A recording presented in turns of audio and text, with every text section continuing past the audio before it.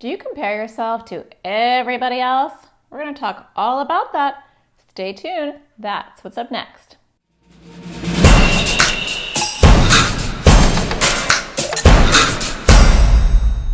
Hi, my name is Natasha Daniels. I'm a child therapist. I make videos for kids with anxiety or OCD. Today I'm going to talk to you about comparing yourself with everybody and everything around you. Do you do that? A lot of people do. That's actually a really common problem. And there are some problems with doing that.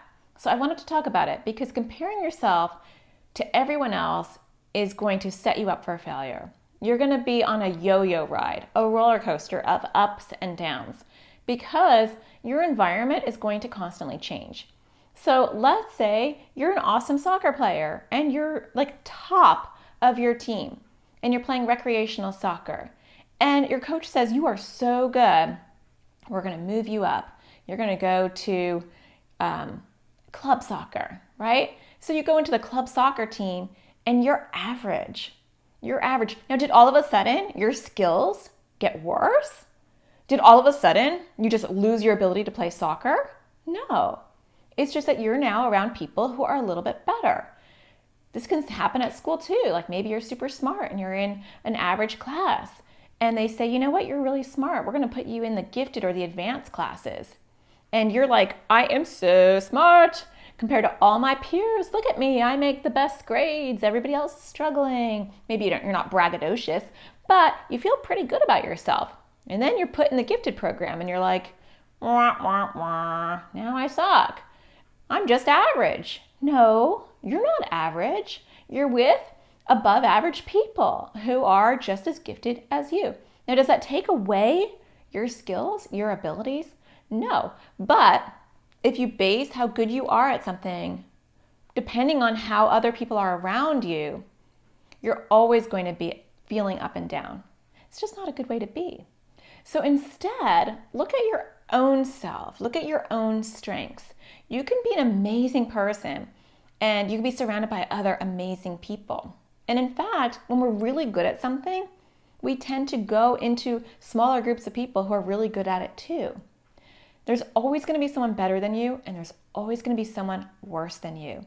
And so instead of sitting there comparing yourself to other people, compare yourself to yourself. What does that mean? It means, how were you a year ago? How were you 5 weeks ago? How were you yesterday? We can constantly be growing and improving ourselves. So you want to use yourself as a meter and not other people. So if I'm really working on my skills, whether I'm working on my guitar skills or my soccer skills or my math skills or my appearance even, then I'm going to compare that to myself. How was I yesterday? Do I like the way I look better today? Is my math better today? Right? Wow, look how far I've come in a year. That's amazing. Artists do this all the time. I'll see someone who's incredibly talented in art and they'll bring their work to me in my practice and I'll say, oh my gosh, that's so good. And you know what they'll say? A lot of times they'll say, yeah, but you know, there's people who can draw a lot better than me. Yeah? So what? There's a lot of people who can draw a lot worse. We're not into comparing. Art is art. Everyone is unique and everyone is different, right? You are your own person. There are things that you do that nobody else can do because they're not you.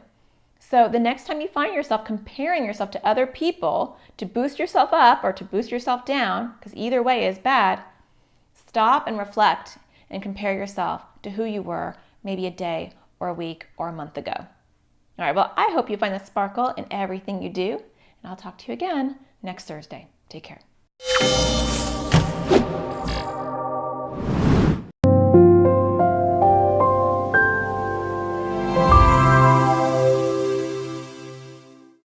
When I first discovered Natasha, I was in a desperate place with my son, and his anxiety was getting worse, and we had tried counseling, and it was not going well. We were told at that point, you know, we can't help your son. Early intervention is great. He's too young. Parenting a child with anxiety is not easy, and sometimes it feels hopeless. First time we took her to a therapist, who then dismissed after about a year and a half, putting it down to bad parenting. But what if it didn't have to be that way? What if you could join a community with parents in the same boat, with kids with similar struggles and issues?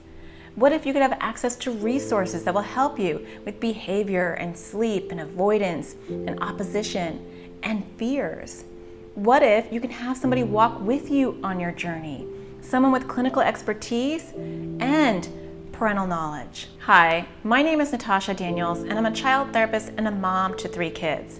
And I've dedicated my life and my career to helping kids with anxiety and OCD, including my own. And now I want to help you too. I have created the AT parenting community to do just that. When you join as a member of the community, not only will you get access to resources that will help you with your child's struggles and help your family reduce the chaos in their home, you're going to be joining a community of parents just like you, with knowledge, love, and support to give. You will get access to online classes that will help your child and your child's struggles.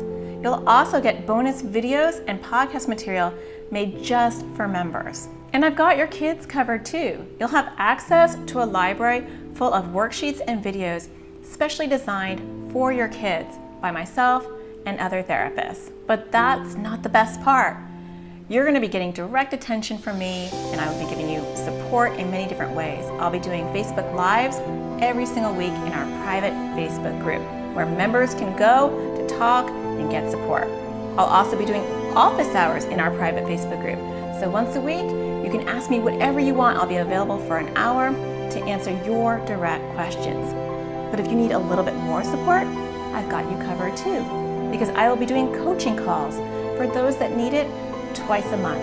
And for those that need even more support, I'll be doing once a month support group calls. And I'll be doing a member spotlight call.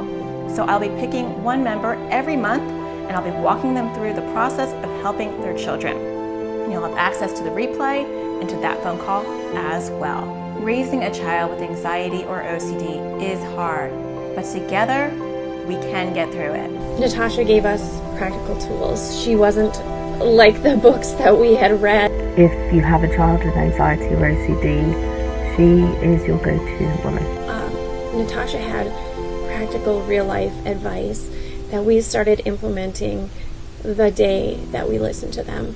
In a desperate time in my journey with my son, she has been a lifesaver. Her resources have given me hope, they've given me tools and support, and they're some of the best resources you can find out there for anxiety and OCD.